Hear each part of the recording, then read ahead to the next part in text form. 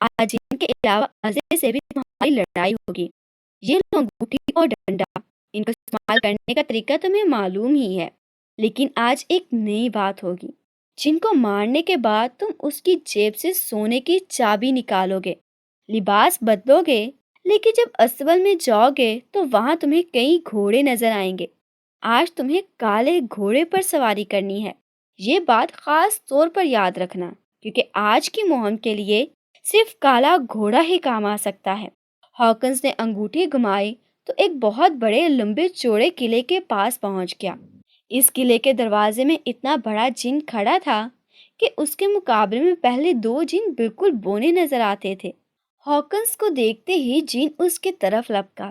جسم بہت بڑا ہو تو اسے روکنا بہت مشکل ہوتا ہے۔ جن ہاکنس کے پاس پہنچ کر اپنے آپ پر قابو نہ پا سکا اور آگے نکل گیا۔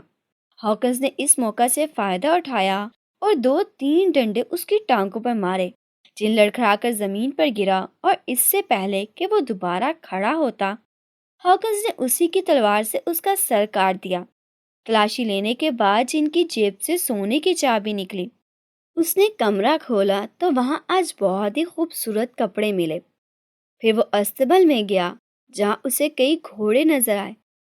حبشی کی بات ہاکنس کو یاد تھی۔ اس نے کالا گھوڑا نکالا اور اچک کر اس پر سوار ہو گیا۔ پھر انگوٹھی گھمائی تو اپنے آپ کو اسی سڑک پر پایا جہاں لوگ جلوس کی شکل میں شہر سے شہزادے کو ازے کے غار کی طرف لے جا رہے تھے۔ جب جلوس ہاکنس کے پاس پہنچا تو اس نے لوگوں سے پوچھا کہ یہ کیا ماجرا ہے، آپ لوگ اداس کیوں ہیں؟ لوگوں نے اسے سب کچھ بتا دیا۔ ہاکنس نے شہزادی کی طرف دیکھ کر کہا، اس شہزادی کے لیے تو میں اپنی جان بھی دینے کو تیار ہوں، کدھر ہے وہ اژدہا؟ لوگوں نے ازے کے غار کی طرف اشارہ کیا۔ ہاکنس گھوڑا دوڑا کر غار کے منہ پر پہنچا اور چلایا، ازے باہر آؤ، دیکھو ہم تمہارے کھانے کی کتنی عمدہ چیز لائے ہیں۔ اچانک ایسا محسوس ہوا جیسے زمین کانپنے لگی ہو۔ پھر کچھ پتھر پہاڑ کی چوٹی سے لڑکتے ہوئے نیچے آ گئے اور اس کے ساتھ ہی مٹی کا ایک بڑا تودا زوردار آواز سے نیچے گرا۔ پھر ساری پہاڑی چیختی ہوئی سنائی دی اور زبردست گرج اور چنگار کے ساتھ ازا باہر نکلا۔ توبہ توبہ! ازے کو دیکھ کر ہاکنس کا دل دہل گیا۔ یہ کوئی عام ازا نہ تھا، اس کے 7 سر تھے اور 7 منہ، اور 7 میں سے آگ کے شعلے نکل رہے تھے۔ یہ اتنا خوفناک نظارہ تھا کہ کوئی معمولی آدمی ہوتا تو چیخے مار کر بھاگ نکلتا، لیکن ہاکنس تو بہت بہادر نوجوان تھا۔ وہ وہیں ڈٹا کھڑا رہا۔ ازا دوڑ کر ہاکنس پر جھپٹا۔ ہاکنس نے جن والی تلوار نکالی اور کالے گھوڑے کو کمال پھرتی سے آگے پیچھے ہٹاتا ہوا ازے کے ایک سر پر تلوار ماری۔ سر کٹ کر زمین پر گرا۔ پھر اس نے دوسرا سر کاٹا اور پھر تیسرا۔ وہ ازے کے سر ایک ایک کر کے کاٹتا گیا، لیکن عجیب بات تھی کہ جو سر بھی کٹ کر گرتا اس کی جگہ دوسرا سر نکل آتا۔ ہاکنس سر کاٹتا گیا اور گھوڑا پوری تیزی سے آگے پیچھے اچھلتا رہا۔ ازے کے کٹے ہوئے سروں کی جگہ نئے سر اتنی تیزی سے نکل رہے تھے کہ تلوار چلاتے چلاتے ہاکنس کے بازو شل ہو گئے، اور کچھ دیر بعد وہ اس قدر تھک گیا کہ اسے تلوار بھی نہ اٹھائی جاتی تھی۔ اب اس کی شکست یقینی تھی۔ ازے کا 1 یا 2 سر ہوتے تو وہ مقابلہ کر سکتا تھا، لیکن اب تک وہ 100 کے قریب سر کاٹ چکا تھا، اور جتنے کاٹتا اتنے ہی اور نکل آتے۔ آخر اس نے فیصلہ کیا کہ گھوڑے کو موڑ کے یہاں سے بھاگ نکلے۔ اس نے گھوڑے کو موڑنا چاہا تو اسے مڑنے کی بجائے اگلے پاؤں اوپر اٹھا لیے اور پچھلے پیروں پر کھڑا ہو کر اتنی زور سے ہنہنایا کہ اس کی آواز پہاڑوں میں گونج اٹھی۔ ہاکنس نے اپنے ہاتھ اور پاؤں گھوڑے کی پشت پر مضبوطی سے جما دیے تاکہ گر نہ پڑے۔ یکایک گھوڑے نے اپنے اگلے پاؤں کے نالوں سے ازے پر تابڑتوڑ حملے شروع کر دیے۔ وہ کبھی دائیں سے حملہ کرتا، کبھی بائیں سے۔ اس کے حملے اس قدر تیز تھے کہ ازا پیچھے ہٹنے لگا۔ جب گھوڑا ازے سے لڑ رہا تھا تو ہاکنس اس کی پیٹھ پر چپ چاپ بیٹھا آرام کر رہا تھا۔ جب اس نے محسوس کیا کہ اب تھکاوٹ دور ہو گئی ہے تو اس نے تلوار اٹھائی اور ایک ہی جھٹکے میں ازے کے 7 سر اڑا دیے۔ اس وار نے ازے کا کام تمام کر دیا اور وہ دھڑم سے زمین پر گر پڑا۔ اس کے ساتھ ہی ہاکنس بھی بے ہوش ہو کر گھوڑے سر پر گر گیا۔ شہزادی اور وہ سب لوگ جو شہزادی کے ساتھ آئے تھے دور سے تماشا دیکھ رہے تھے۔ وہ آگے آئے اور ہاکنس کو اٹھا کر لے گئے۔ انہوں نے اسے پنکھے سے ہوا دی تو اسے ہوش آیا۔ شہزادی نے اپنی انگوٹھی اور گلے کا ہار اتار کر اسے دیا اور کہا کہ وہ محل میں چل کر بادشاہ سے ملے، لیکن ہاکنس نے اسے بتایا کہ اسے ابھی بہت سے ضروری کام کرنا ہے، وہ یہاں زیادہ دیر نہیں رک سکتا۔ اس نے وعدہ کیا کہ وہ چند روز بعد ضرور آئے گا۔ تھوڑی دور جا کر ہاکنس نے انگوٹھی کو گھمایا تو جن کے قلعے میں پہنچ گیا۔ اس نے گھوڑے کو واپس استبل میں کھڑا کیا، اپنے گڈریے والے کپڑے پہنے، لیکن تلوار واپس نہ رکھی۔ یہ تلوار وہ اپنے دوست حبشی کو تحفے میں دینا چاہتا تھا۔ اب اس نے انگوٹھی کو گھمایا تو اپنے آپ کو جنگل میں پایا جہاں حبشی اس کے مویشی چرا رہا تھا۔ اس نے حبشی کو تلوار دی اور جب سارا قصہ تفصیل سے سنایا تو حبشی بولا، تم نے واقعی کمال کر دیا، اب سب کچھ ٹھیک ہو جائے گا۔ ہاکنس اتنا خوش تھا کہ اس رات اس نے بڑی مد بھری آواز میں بانسری بجائی، اور بانسری کی آواز اتنی میٹھی تھی کہ لوگ اس کے ارد گرد جمع ہونے لگے۔ ہاکنس نے ان سے پوچھا کہ شہزادی اور ازدے کا کیا بنا؟ انہوں نے بتایا کہ کالے گھوڑے پر سوار ایک بہادر نوجوان آیا تھا، اس نے ازدے کو مار کر شہزادی کو بچا لیا۔ اب بادشاہ اپنی لڑکی کی شادی اس نوجوان سے کرنا چاہتا ہے۔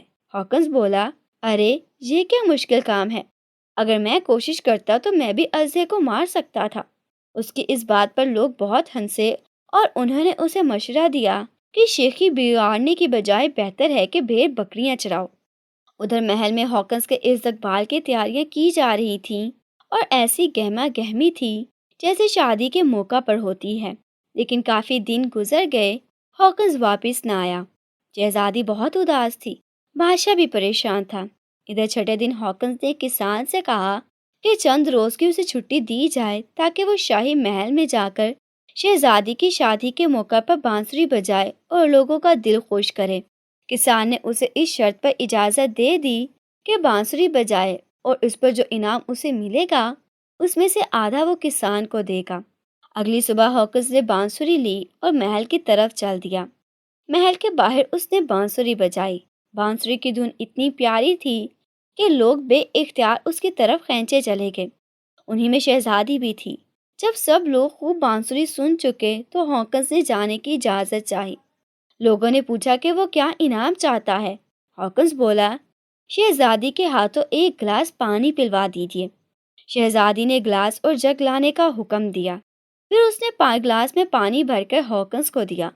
ہاکنس نے پانی پیا اور خالی گلاس میں وہ انگوٹھی ڈال دی جو شہزادی نے اسے ہار کے ساتھ دی تھی۔ اب شہزادی نے اپنے لیے پانی کا گلاس بھرا اور جب پینے لگی تو اس کی نظر انگوٹھی پر پڑی، جس سے اس نے فوراً پہچان لیا اور بانسری والے سے پوچھا کہ یہ انگوٹھی اس کے پاس کیسے آئی۔ ہاکنس نے اسے بتایا کہ میں وہی شخص ہوں جس نے ازدے کا کام تمام کیا تھا۔ تو شہزادی کی خوشی کا ٹھکانہ نہ رہا، وہ ہاکنس کو لے کر بھاگی بھاگی بادشاہ کے پاس گئی۔ بادشاہ نے اپنے ہونے والے داماد کا بڑی گرم جوشی سے استقبال کیا اور فوراً شاہی درزی کو طلب کیا کہ وہ ہاکنس کے لیے شاہی لباس تیار کرے۔ ایک ہفتے بعد ہاکنس اور شہزادی کی شادی بڑی دھوم دھام سے ہو گئی اور وہ دونوں ہنسی خوشی رہنے لگے۔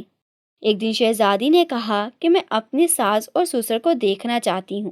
ہاکنس نے بڑی سوچا کہ اب اس موقع پر وہ اپنی بیوی کو لے کر گھر جائے گا، لیکن پھر اسے اپنے باپ کی ناراضگی کا خیال آ گیا۔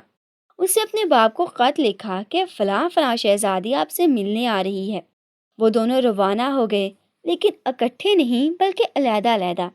شہزادی اپنی پوری شان و شوکت اور ساز و سامان کے ساتھ گئی اور ہاکنس سے گڈریوں والا میلا کچیلا لباس پہن کر علیحدہ راستہ اختیار کیا۔ جب شہزادی کا جلوس ہاکنس کے باپ کے محل کے پاس پہنچا تو لوگوں کا ایک بڑا ہجوم استقبال کے لیے کھڑا تھا، ان میں بادشاہ بھی موجود تھا۔ ہاکنس بھی سب کی نظریں بچا کر ان لوگوں میں شامل ہو گیا۔ جب بادشاہ مہمانوں کو لے کر محل کے اندر داخل ہونے لگا تو اور لوگوں کے ساتھ ساتھ ہاکنس بھی اندر چلا گیا۔ اچانک بادشاہ کی نظر اس کے میلے کچیلے کپڑوں پر پڑی۔ اس نے فوراً نوکروں کو حکم دیا کہ اس گڈریے شخص کو باہر نکال دیا جائے، لیکن جب غور سے دیکھا تو ہاکنس کو پہچان لیا اور غصے سے کانپنے لگا۔ اسے اس بات کا دکھ تھا کہ اس کا پیارا بیٹا اتنے عرصے بعد گھر آیا بھی ہے تو اسی گندے لباس میں جس میں گھر سے نکلا تھا۔ بادشاہ کے حکم پر ہاکنس کو جیل بھیج دیا گیا۔ جیل کے سب ملازم ہاکنس سے واقف تھے، اس لیے اس کے لیے جیل سے باہر نکلنا کوئی مشکل کام نہ تھا۔ وہ جیل سے نکل کر محل میں داخل ہوا۔ وہاں بہت سے مہمان جمع تھے۔ بادشاہ نے شہزادی کو بڑی شاندار پارٹی دی تھی۔ ہاکنس چپ چاپ شہزادی کے پاس جا کر بیٹھا۔ بادشاہ کی نظر اس پر پڑی تو اس کا چہرہ غصے سے سرخ ہو گیا اور اس نے شہزادی سے کہا، میں اس شخص کی بدتمیزی پر آپ سے شرمندہ ہوں اور معافی چاہتا ہوں۔ شہزادی بولی، ایسی تو کوئی بات نہیں، برا مانتا تو ایک طرف، میں تو اس شخص کے یہاں بیٹھنے سے بہت خوش ہوں۔ پارٹی ختم ہوئی تو ہاکنس نظر بچا کر شہزادی کے کمرے میں داخل ہو گیا۔ پہلے تو وہ دونوں خوب ہنسے، پھر ہاکنس نے وہ شاہانہ کپڑے پہنے جو شہزادی اپنے ساتھ لائی تھی۔ اس کے بعد دونوں بڑے روب داب سے بادشاہ کے پاس گئے اور اسے سارا قصہ الف سے یا تک سنایا۔ بادشاہ نے اس کے جواب میں کیا کہا اور کیا نہ کہا اس کا کبھی کچھ نہ پتہ چل سکا، کیونکہ عین اسی وقت بینڈ باجے کی آواز آئی۔ سب لوگ حیران ہو کر ایک دوسرے کا منہ تکنے لگے۔ ان باجے والوں کے پیچھے وہ حبشی بھی تھا جس کے پاس ہاکنس 7 سال رہا تھا اور جس کے ڈنڈے اور انگوٹھی کی مدد سے ان سے تینوں جنوں کو شکست دی تھی اور پھر اژدہے کے مارا تھا۔ حبشی سیدھا ہاکنس کے پاس پہنچا اور ایک دم اپنی تلوار نکالی۔ لوگ بہت پریشان ہوئے، لیکن اگلے ہی لمحے اس نے تلوار کا دستہ ہاکنس کے ہاتھ میں دیتے ہوئے کہا، اس تلوار سے میرا سر اڑا دو، جلدی کرو۔ ہاکنس بہت گھبرایا، وہ بھلا اپنے محسن کا سر کیسے کاٹ سکتا تھا۔ وہ حبشی کے قدموں میں گر کر گر گرایا، خدا کے لیے میری حالت پر رحم کرو، میں نے جو کامیابیاں حاصل کی ہیں وہ سب تمہاری ہی وجہ سے تو کی ہیں، میری خوشیاں تمہاری ہی دی ہوئی ہیں، میں ان نیکیوں کا بدلہ تمہارا سر کاٹ کر دوں؟ نہیں نہیں، یہ مجھ سے نہ ہو سکے گا۔ حبشی ضد کر کر بولا، اگر تم نے میرا سر نہ کاٹا تو نہ صرف میں تباہ ہو جاؤں گا بلکہ تمہاری سب خوشیاں بھی تم سے چھین جائیں گی، لو اب جلدی کرو۔ ہاکنس بیچارہ کیا کرتا، اسے تلوار اٹھائی اور ایک ہی جھٹکے میں اپنے محسن کا سر تن سے جدا کر دیا۔ شہزادی یہ نظارہ دیکھ کر چیخنے لگی، لیکن جلدی اس کی چیخیں حیرت میں بدل گئی۔ جہاں ابھی تھوڑی دیر پہلے کالا کے لوٹا حبشی کھڑا تھا، وہاں اب ایک 18 سالہ خوبصورت گھوڑا چٹا نوجوان کھڑا مسکرا رہا تھا۔ اس نے سب کو بتایا کہ میں یورپ کا ایک شہزادہ ہوں، یہاں بوہیمیا میں گھومتے پھرتے مجھ پر کسی نے جادو کر دیا تھا اور یہ جادو ہاکنس کی تلوار نے ختم کر دیا ہے۔ مجھے گھر سے نکلے ہوئے بہت عرصہ ہو گیا ہے اور اب میں فوراً ہی واپس جانا چاہتا ہوں۔ ہاکنس نے بڑے تاپاک سے یورپی شہزادے کو رخصت کیا اور وہ اور شہزادی ہنسی خوشی رہنے لگے۔